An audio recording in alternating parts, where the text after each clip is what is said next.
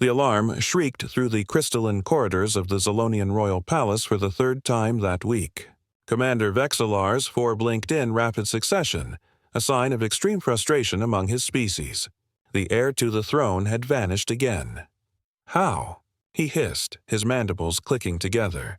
"We doubled the guard. We installed quantum locks. We even placed surveillance drones at every junction." His subordinate, a younger officer with still bright scales, shifted uncomfortably. "Sir, the princess is remarkably resourceful for a juvenile." Princess Elif, barely 6 cycles old, had become the palace's most notorious escape artist. The daughter of Queen Thasara possessed her mother's intelligence, but none of her patience for royal protocols. While the queen ruled over the Zelonian Empire's 700 worlds with calculated precision, her daughter preferred adventures that gave the security detail collective heart failures. "Find her," Vexalar commanded before the queen discovers she's missing. But he already knew where they'd find her.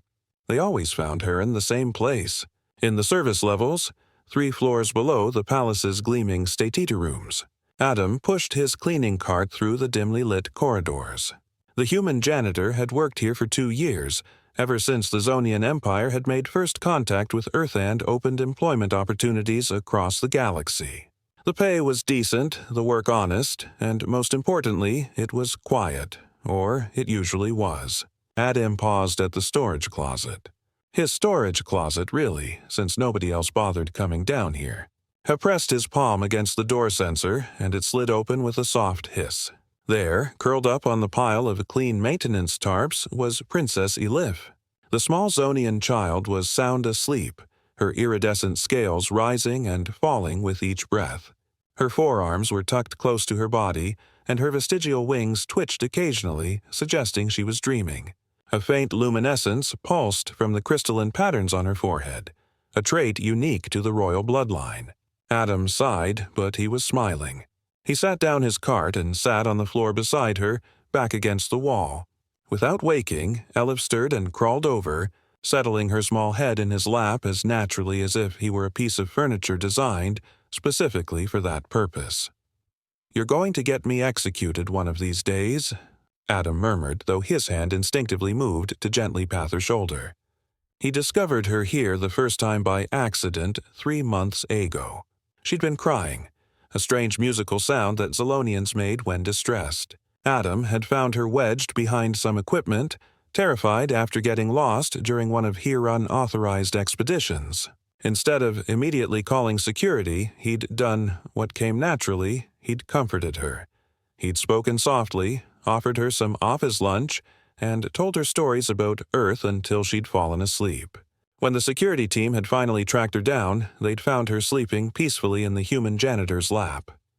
The incident should have ended there, but Elle kept coming back. "She feels safe with you." The Queen had said during Theon time she'd summoned Adam to the throne room. He'd expected execution or at least deportation. Instead, the Sarahad studied him with her ancient eyes, seeing something that made her mandibles curve in what might have been a smile. "I've read the reports. You do not seek favor. You do not ask for reward. You do not use her for political gain. You simply care. She's a child, Your Majesty," Adam had replied simply. Children need to feel safe. Now, as Elif slept in his lap, Adam heard the familiar sound of military boots approaching. Commander Vexalar appeared in the doorway, flanked by 6 guards, all with weapons drawn. "Human," Vexalar said, his voice tired rather than threatening. "The princess is missing, again." "She's not missing, Commander," Adam replied calmly. "She's right here." The guards lowered their weapons. They'd been through this routine before. Vexalar stepped closer, looking down at the sleeping child. "Why?" he asked, genuine confusion in his voice. "We have given her every comfort, every luxury. The royal nursery is climate-controlled, furnished with objects worth more than your planet's GDP. Yet, she flees to Asterage Closet to sleep with a janitor." Adam looked down at Elif, his hand still resting protectively on her small shoulder. "With respect, Commander, I don't think she's running to the closet. I think she's running to something you can't give her." "And what is that?" "A choice," Adam said softly. Everyone in that palace, the tutors, the attendants, the advisors, they all have agendas. They all want something from her. They see the future queen, the heir, the political asset. But when she comes here, she's just Elif, and I'm just Adam. There's no protocol, no expectations. She can just be. Vexalar was silent for a long moment. Humans, he finally said, and there was something almost like respect in his voice. We studied your species before contact. We read about your wars, your violence, your chaotic history. We thought we understood you, but we never understood this. He gestured to Elif, sleeping peacefully.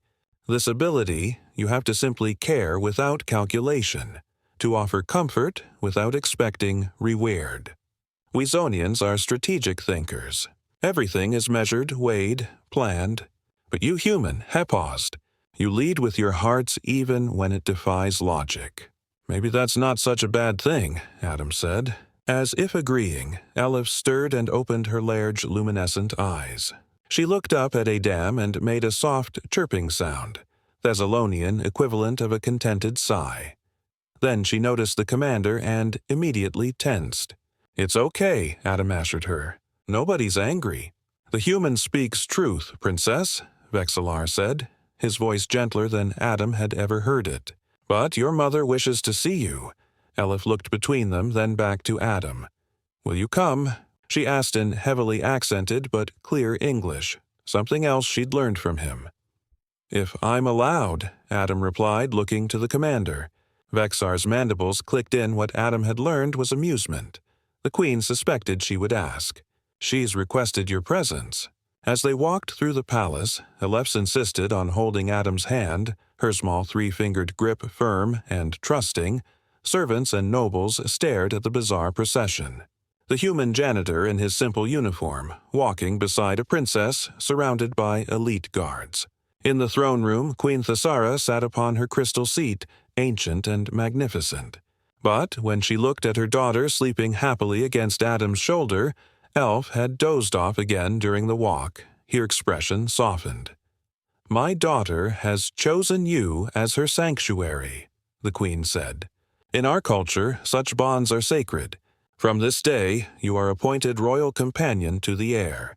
You will have quarters near her chambers, and your duties will include being available when she needs to escape. Adam blinked. Your Majesty, I'm just a janitor. No, Thasara said, her voice carrying the weight of 700 worlds. You are the person who taught us that perhaps humans have something weans have optimized away in our millennia of evolution. The simple, uncomplicated ability to be kind. As Elif snored softly against his shoulder, Adam realized that sometimes the greatest achievements of humanity weren't in technology or conquest. Sometimes they were in showing an alien princess that she was worth caring about just because she existed. And in the end, maybe that was the most human thing of all.